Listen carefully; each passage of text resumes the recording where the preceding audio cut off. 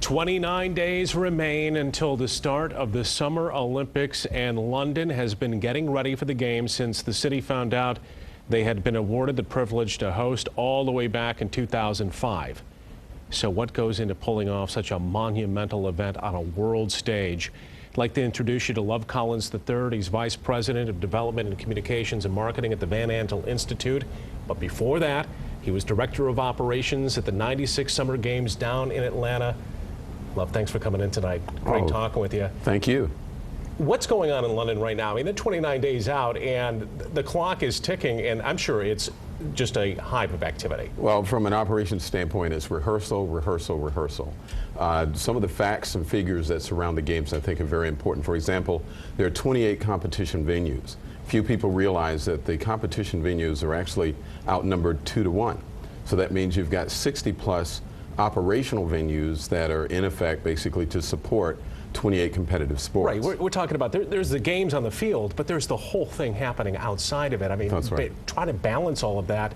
So at this point in time, with 29 days to go, what are they concentrating on the most? Is it security? Is it the ramp up of, getting tight, like you said, rehearsing? Well, there are 8 core operations that they're concentrating on. Security is one. You also have your press operations, food and beverage operations, etc. And each of the competition venues are set up just like a city. So you have a mayor, you have a council that's running it, and you have a fleet of volunteers. Making sure that everybody knows what to do from the moment that venue is open.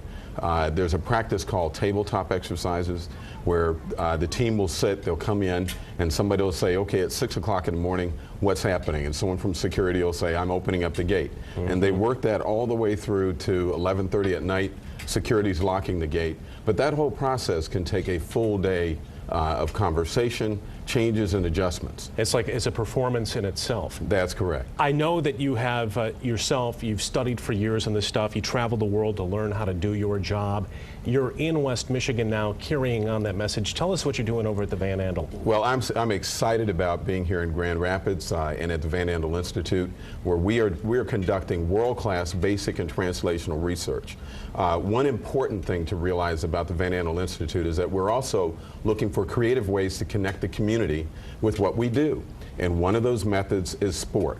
Many of you may be familiar about Purple Community, and it is our program that we have that has had much success throughout West Michigan. And this year alone, we have over 100 athletic events scattered throughout the entire state, all for the purpose of raising resources that are needed to support cancer research. So that's how the Olympics comes full circle. I'm excited. In fact, I feel that the Olympics prepared me for what I'm doing today here at the Van Andel Institute. Love Collins III with the VAA. Thanks for coming in tonight. We appreciate your time. Thank you, and may the games begin. Yes.